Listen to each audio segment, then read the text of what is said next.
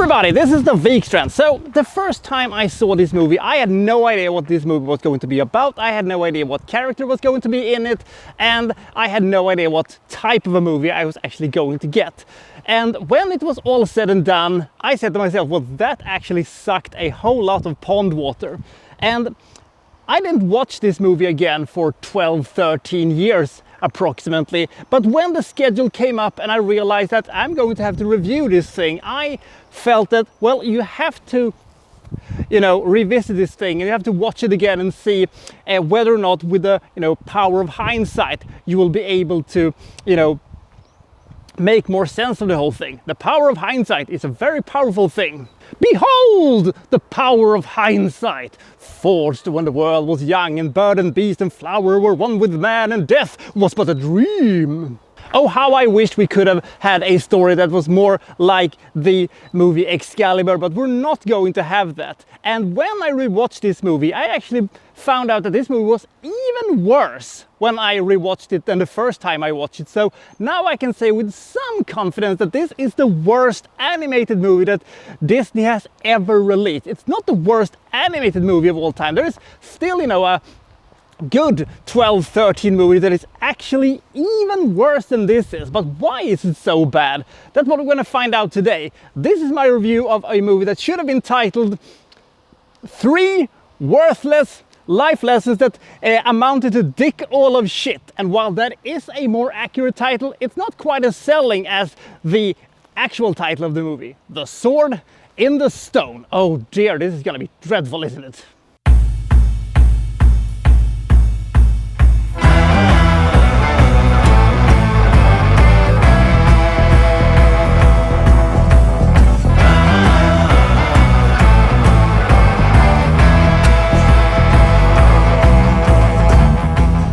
Most people at least knows the framework when it comes to the King Arthur story, The Sword in the Stone, Morgan Le Fay, Camelot, Knight of the Round Table, all that good stuff. Well, this is sort of kind of the story that they're telling when it comes to this movie. You see, England has no king, and whoever pulls the sword out of the stone will become the new king. But nobody has been able to do this. And the lawlessness is, has taken over England, and the country has fallen into disarray, essentially. I would have, liked to, having seen some of the, anarchy and the, lawlessness that was plaguing the land, but we don't get to do that. But that is like this movie's, 144th least problem. Anyway, so Merlin is sitting in his cabin and, are telling his, grumpy bird Archimedes that we're going to have a visitor soon, a boy, approximately 12 years or something like that, and he's going to be here, and he's going to be very important, and he shows up. It's of course Arthur, even though it's called Artie, by his stepfather and his son Kai. We'll get to them in a second. And Merlin says basically to Arthur that I see a lot of potential in you, Arthur, and the only thing that you lack is an education. You need to use your head, you need to use your brain. If you do that, you can accomplish anything.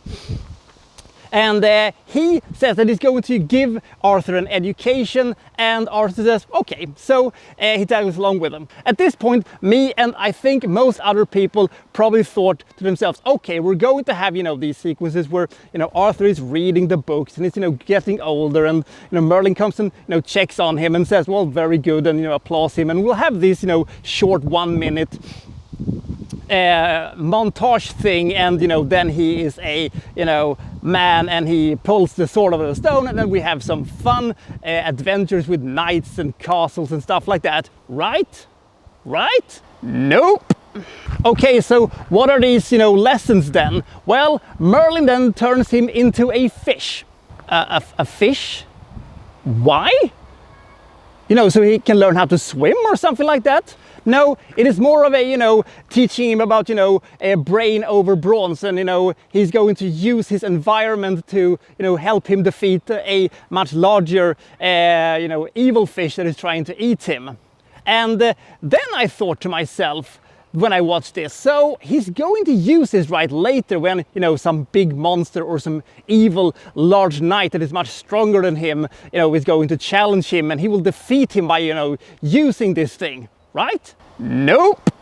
Son of a bitch. So what does, you know, his foster father thinks about this, and, you know, what does, you know, this oaf Kai thinks about this whole thing? Well, he isn't a very, you know, huge fan of magic, and him and Merlin, they butt some heads, but there is not really a conflict here or anything like that. Merlin is just being grumpy and saying, I'm gonna educate him, and, you know, the foster father says okay, and Kai is basically just a big oaf. Okay, so what happens next? What's he gonna turn into next? Are we going to get to, you know, some education actually? Or is he going to just, you know, turn him into a different animal this time? Yes, a squirrel. A squirrel? Why a squirrel? What is he going to teach him by being a squirrel? He's going to jump a lot. And they're going to be attacked, by the way, by these girl squirrels who doesn't know, you know, the word boundaries. They just keep coming to them and deciding that, you know, you're my husband now, and whatever you say and how much you reject me doesn't matter, because I'm going to get you because I love you and stuff like that. Okay, now I get it, because, you know, the girl squirrel was so sad when, you know, she realized that he was actually a human, and he's going to, you know, beg Merlin to turn her into a actual girl when, you know, when he becomes older, and she becomes his Guinevere, right? Nope, and she is never seen again throughout the entire movie.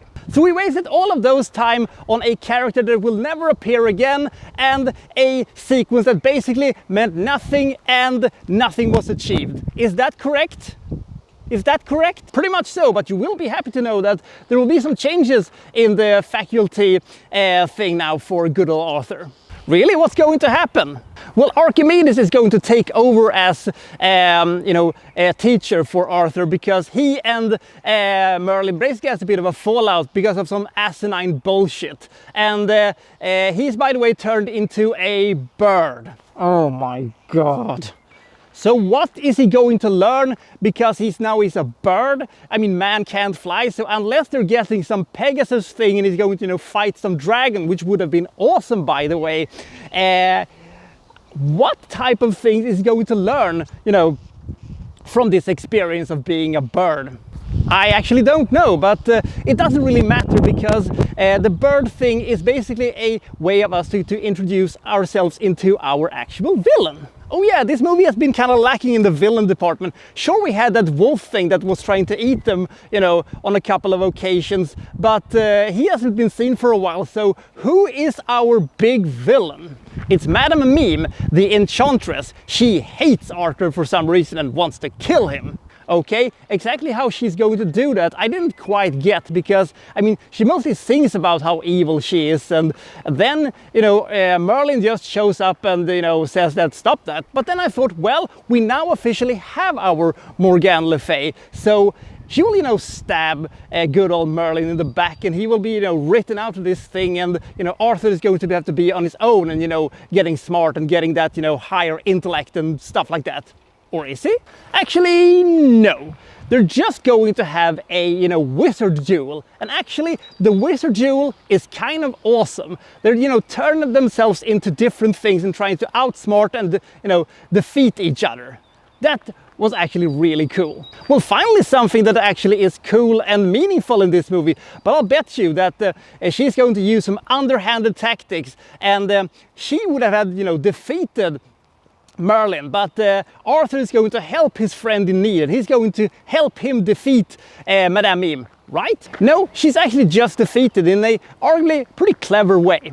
Okay, that is a little underwhelming, but I'll bet you that, you know, the disrespect they have shown to Madame Mime is not going to sit well with her. She's going to come back and, you know, vow revenge, you know, once Arthur is, you know, the king and he has pulled the sword out of the stone. By the way, when are we getting to that thing? I'm sorry, but we will never see her again throughout the entire movie. You have got to be absolutely kidding me. So, when are we actually going to get to this, you know, pulling the sword out of the stone business? It's been quite a while now since we have even mentioned it. I bet you that some people have even forgotten that that is the, you know, the entire purpose of this movie. when are we going to get to that? Oh, we're actually getting there pretty soon, but first Merlin gets a bit of a temper tantrum and he goes off to Bermuda for some reason. I didn't quite understand why he did that, because Arthur is replacing somebody who got sick, and he was out of being a squire to Kai, but now he's in again, at least on a temporary basis, and which makes Merlin actually disregard everything he has done so far for Arthur and just goes away. But why? Arthur never says that he's going to give up his education thing, that he's not going to give up becoming a smarter guy and stuff like that. So why is Merlin being such a dick? Don't tell me you don't know. Anyway, so I guess we're now coming finally to the pulling the thing out of the stone. So I guess that because he's so smart and because he's so clever and because he has a higher intellect than everybody else in this entire movie, I'll bet you he's going to use every little trick he has learned so far to get the sword out of the stone. Right? No, because he was a complete dunderhead who forgot the sword at the inn and just, stumbled across it and just pulled the damn thing out of the anvil, and now he is the king. So you mean to tell me that all of these things that we have spent so much time on throughout this entire asinine horseshit has meant diddly dick? Yes. Yes. And also, the movie is over in 5 minutes, so we're not going to get any form of adventures either. Oh, for Christ's sake. Jesus Christ. Oh. Sorry for basically spoiling the entire movie, and sorry for, taking so long time to get to this very point. But I just wanted to emphasize how insanely dumb this thing is. Instead of having, knights and castles and dragons and Guinevere and Excalibur and Knights of the Round Table and adventures and, the Holy Grail, we get to have this thing. It feels basically like if you would have taken the movie Rocky 3 and you would have stretched out the Rocky's training montage into 1 hour and 35 minutes, and you would have just been left with a meanly thing in the end or something like that. I don't know, but I know one thing, that the idea of making the Knights of the Round Table into a Disney animated feature is a great idea. They've just organized this thing quite weirdly, because as I said, after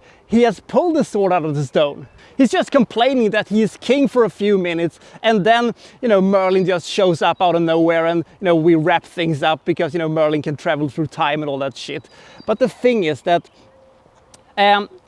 this movie, even if they would have made an actual movie about the Knights of the Round Table, it still wouldn't have been that good, because the voice acting isn't very good and the animation isn't very impressive. There are, a couple of things here and there that is impressive to look at, and the wizard duel is a lot of fun, but the whole thing with these lessons and all these things are just so boring, and because it means nothing, it feels just like the entire movie is a setup for nothing. This entire thing feels like the first hour of a 3-hour movie, and if they would have done that, if they would have given us 3 more hours, it would have been a too long movie, but it would have at least made sense from a storytelling perspective. And then of course we have to talk about how fucking dreadful Arthur is as a main character, because he is just so boring. I've seen Puddle of Waters with more personality than Arthur has. Merlin is a lot of fun, and Archimedes and his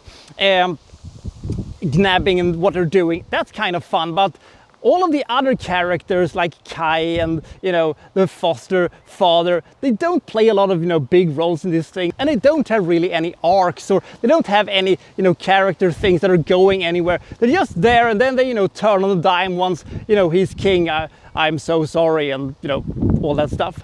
So this is a very, very, very underwhelming, incredibly boring, weirdly structured movie that amounts to absolutely nothing. It is by far the worst animated movie that I've seen from Walt Disney Animation Studios.